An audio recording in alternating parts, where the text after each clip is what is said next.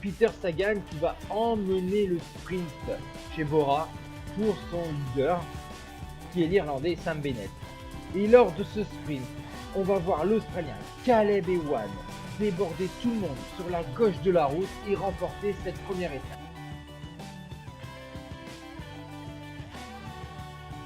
So too Peter Sagan here.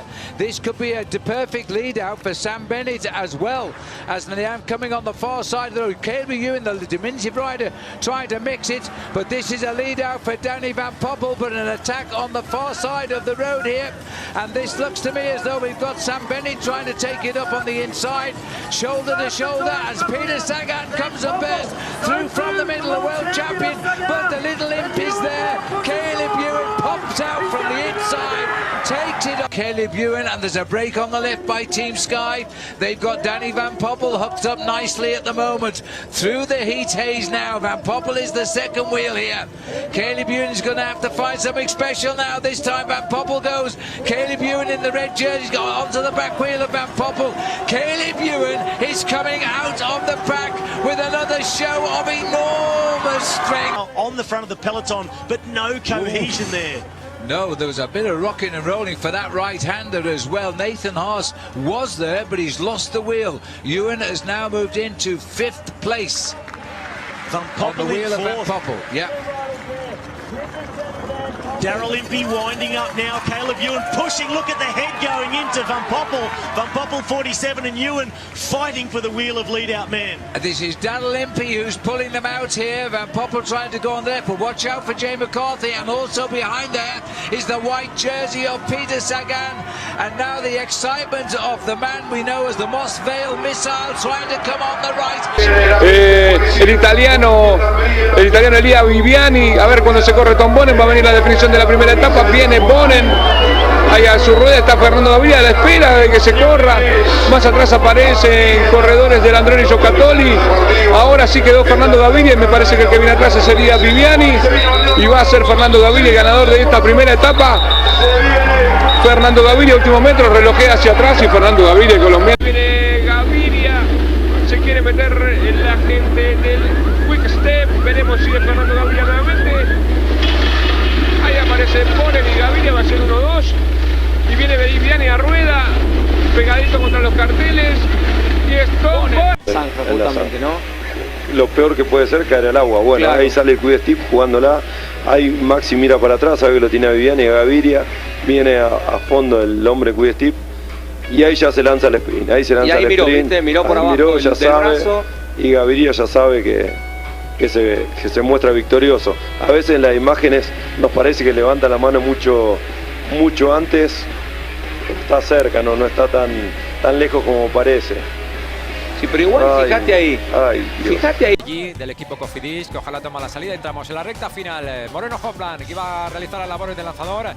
Y Mateo Pelucchi y también André Greipel en este sprint súper emocionante. Veíamos por la margen derecha. But the sprinters know how to judge their move, and Nicky Assart, congratulations to you. You've done a fantastic race. Well, yesterday he sports director Luke Roberts. He drove the course, went on the course with the riders, and he said, "I think I've made a mistake. It might be too difficult for Nicky Assart to get around this course. Maybe Wilco Calderman's our man." He was right the first time. Trust the judgment, Luke. Very close call, but Nicky Assart, he was back off the back of the peloton as we passed that last climb, heading towards the coast there with the last right turn. But he came back through, but that's the sprinter's speciality. When they get a sniff of the chance of a bunch sprint, they turn themselves inside out, and the sport. Groenewegen coming up alongside, but Groenewegen has already put a big sprint with a Degenkolb on his wheel just to get into 5th position. So it's all coming down into the final 350 metres, and it is Kittel in perfect position with Viviani somewhere there. The sprint goes from the Astana sprint Ali, but coming through, it's Kittel on the left-hand side. Kittel seems to have... Quick step, Marcel Kittel's still down inside that last kilometre now. A quick look behind from Dimension Data, and a few of their riders doing the job. Groenewegen is already there in 3rd position as John Degenkolb moves up on the left-hand side. It's going to be tense, it's going to be tight. It is going to be a big surprise, perhaps. Well, it's Reinhard Janse van Rensburg is there, and John Degenkolb was right up there. BMC getting in the mix, the British champion. Side. But a lot of pushing and shoving. You just see Kittel coming up, but can't see the red jersey as of yet for Mark Cavendish. So inside the final couple of 100 metres in just a moment's time, Cavendish called out a little, trying to move up. He's on the wheel at the moment of Adam Blythe. I think he might well be boxed in there, but it's Groenewegen who's in the right place, and it's going to be, I think, Degenkolb to be led out by Koenekoort at the moment. Koenekoort on the left-hand side, Groenewegen comes round in the white jersey. On the right-hand side, you can see some of the quick-step riders having a go. I don't think Kittel's going to be in the mix. It's Groenewegen at the moment all the way to the front. Groenewegen's down the left-hand side. Kittel's going to launch it. Is anybody sprint? Loser man. Yeah, they can just about see him. He's weaving over the road, shaking his head. He's not too far behind. You can just see Mark Renshaw there, but I cannot see Mark Cavendish at this moment. Or maybe he's trusting the wheel of Kittel more. I'm not sure. That's why they've eased that. They've eased it back, and this will allow. This is a tactic. It will hopefully allow Mark Cavendish to come back towards the front. Well, Kittel and Quickstep are certainly returning to the front, but Lotto and El Jumbo aren't too happy about that. Neither are Trek Segafredo as we go under the Flamme Rouge, 1 kilometre to go. And again, it's not very organised. There are sprinters all over the place.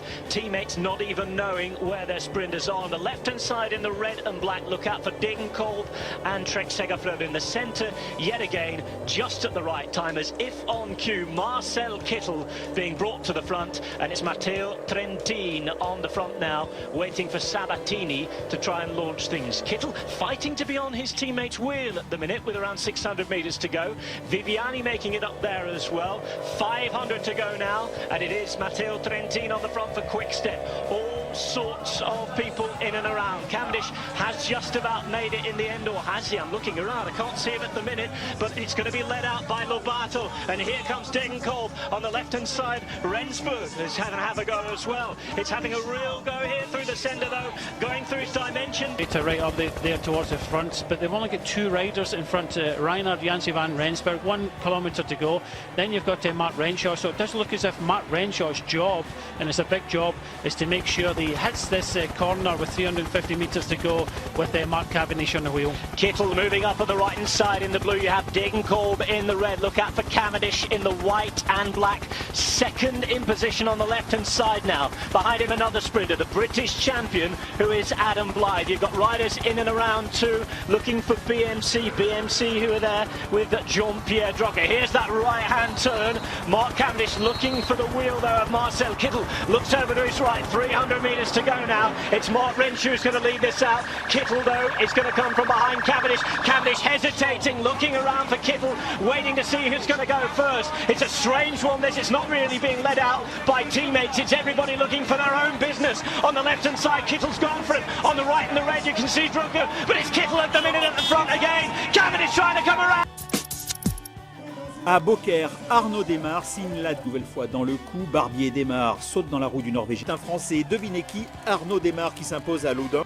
Also here, it's Philippe Gilbert also in the frame. There's Soup. Bouhanni's absolutely nowhere, is he? Oh, he's locked in it. He's there. Bouhanni, can he possibly come through? Coquart's going to get released any second right now. There's Coquart. Bouhanni staying with him. Bouhanni's going to do this on his own. Comes through at the very, very last. Oh, he's got his errors. Going to get caught. I think that's Crader who's just bridging over to them at the moment. There you can see Bouhanni being led out by Soup. Oh, heartbreak for them. Is this going to be an absolutely superb day for Rompot? Making the bridge, sailing through, using the gap. Heartbreak for Kaiser. Oh, and everybody else. Kurt Nielsen also trying to join the fun, but it's all too late, is it? Bouhanni's doing his own thing. Oh, Rompot have gone on the boil here. Are they going to get there? El belga que el año pasado ganó etapa a la vuelta rápidamente con Christoph Fifingsten, y ahí está lanzándose el sprint desde lejos. A 200 metros para el final se retira Sam Bibli del equipo James Keller, del equipo Scott, Eurica Scott. Arranca Magnus Cornelissen por el centro de la calzada, codo a codo con exactamente también Rudiger Selig. In a headwind finish, Tom Bonen of Quickstep Floors crashed. Alexander Kristoff used his knowledge of winning here last year to take a powerful victory. Tailwind finish, so this is going to be one of the fastest finishes we've seen in this race ever. Now we see the sprint starting to open up. It looks like Katusha leading out. It's Van Avermaet against Kristoff, against Colbrelli. Kristoff looking to try and take his second stage win in this race. His sprint late, but won effectively. His third win of this year's race. Ben Herman's into a straight here. In fact, we're already unwound it. 700 meters to go. At the 400 mark, they'll take a phase of 3 gentle right-handers, which will eventually bring them to a left of 90 degrees. At 280, it's a hard right again for the final curve of the day. Plenty of them to be dealt with, as Cofidis also very much in the mix here for Florian Saint-Charles. I think he's going to have to go all on his own. Where are Direct Energy, are you asking, as a group? That is Holland, by the way, for Francis de Joux, who hits the front right now. Brian Coquard is there. Holland's also in the mix. Crader also very much at home, but this is the dive for the line right now, and it looks like Direct Energy are going to live up. Guarda, proprio adesso in realtà il treno della Lotto non trova più Greiper, il suo compagno di squadra. Attenzione perché si rimescolano le carte. Qui prova ad andare via d'anticipo l'argentino Maximilian Richese della Quick Step. Cavendish intanto ha riguadagnato posizioni, ultimi 150 metri, parte adesso la volata, sta arrivando come un treno Fernando Gaviria, Nasser Buonnigro, Gaviria che sembra avanti, una bellissima volata, cerca la rimonta Greipel ed è Fernando Gaviria su Buoni e Greipel, bellissima volata, grande ordine d'arrivo a Lagos. Fernando Gaviria a segno il primo leader della 43esima edizione del Giro d'Algarve. Bellissima volata, abbiamo visto gli stavano anche addirittura un pochino indietro, ma la grande esperienza di questa formazione ha portato Gaviria nelle prime posizioni all'ultimo. Qua una discussione, andremo poi a rivedere la volata. C'è stata una codata da parte probabilmente del colombiano che va a cercare adesso Greipel per spiegarsi. Sì, niente di arrabbiatissimo Greipel che rifiuta le scuse da parte del corridore colombiano. Intanto Matteo Trentin va invece a complimentarsi, a confortare Fernando Gaviria. Sì, hai detto bene Vladimir. And the red goes on the left. It's Gaviria at the moment there. Gaviria being chased down by Greipel. Gaviria in the blue. I'm not sure who's going to catch the Colombian. It is Gaviria and Fernando Gaviria. Meters at the front at the minute. Lotto Soudal leaving it out. Debussy then moves over. Wow, look at Gaviria. Gaviria's waiting on the wheel of Andre Greipel. So this is the lead out. Ricasi's already gone, so good lead out here from Cofidis. Mark Cavendish on the wheel, then Greipel, Gaviria, Groenewegen all up there. De Maar is up there as well. But the gap opens and Gaviria just goes scorching through the middle here. Greipel's pushing a little bit bigger gear now, tries to get top of it, but at this stage Mark Cavendish is gone. And Greipel comes up, he just moves over ever so slightly, but by that time A couple of little turns coming up, and this is looking very, very good for John Degenkolb. On the right-hand side, you can see Gaviria being put in position right now by Richese, the Argentine. A little bit of elbows at the back between Wippert and Groenewegen. Mark Cavendish doesn't look in the mix at all. There's that final right-hand turn. Gaviria in perfect. Here comes Greipel without any noticeable lead out, and it's going to be a lead out in the end for John Degenkolb on the left-hand side. Gaviria choosing the wheel of the German, and here goes Gaviria in the blue. It's Degenkolb going for the line. Cavendish again is nowhere in sight. It's Edward Bossenhagen for them, but it's going to be Greipel to hit the front. Greipel at the thing. Oh, 3 across the line. A German or a Dutch one. Here we go again, look at this. Look at Greipel, has to come from a long, long way back. Same with Groenewegen just behind him. He helps him. I tell you what, if Groenewegen is taking this, he's got to thank Greipel for this. So it's a good lead out by John Degenkolb. Gaviria's out of it at the moment, so you think it's a drag race between them all. De Maar comes up very quickly on the left-hand side, but just watch this drag race. Het is nog een kilometer gedaan. Nee, valpartij, een verschrikkelijke valpartij. Jongens. Echt het hele peloton gaat daar onderuit. Ja, alles is ontregeld op dit moment, behalve de trein van Cavendish. We zien ook Guardini daar nog naar voren komen. Oh, echt werkelijk, alles ligt hier op een hoop. Caleb Ewan hier links. De kleine manneke op de grond. Oh, jongens toch. Greipel, 4e positie, achter Mark Cavendish. Sabatini is de laatste man voor Kittel. Ja, we willen terug naar de wedstrijd. Ik begrijp dat dit natuurlijk ook boeiend is, maar we gaan terug naar die sprint. Greipel in 4e positie. Bonifacio, Guardini zit daarachter. Cavendish heeft het goed voor elkaar hoor. Op dit moment met nu Renshaw. Oh. Renshaw is de laatste man voor Mark Cavendish. In het wiel van Cavendish vinden we Greipel, Bonifacio, Cavendish achter de Italiaan aan. En dan moet Cavendish eruit komen. Cavendish eruit of toch de Italiaan? Nee hoor. Посмотрим, кто еще постарается на последнем километре бросить вызов отдельным. Гвардини попытается сейчас вывести на позицию атакующую из команды Абу-Даби, естественно, но Калиб Юин также сейчас оказывается на очень неплохой позиции. Очень непростая ситуация. Здесь в итоге затерли сейчас чуть-чуть Марка Кевендиша. В итоге пришлось отдать эту позицию команде Sky и фактически в итоге вынужден атаковать сейчас даже не Кевендиш. Кевендиш все-таки пролегает рядом с Юином. Но Калиб Юин сейчас...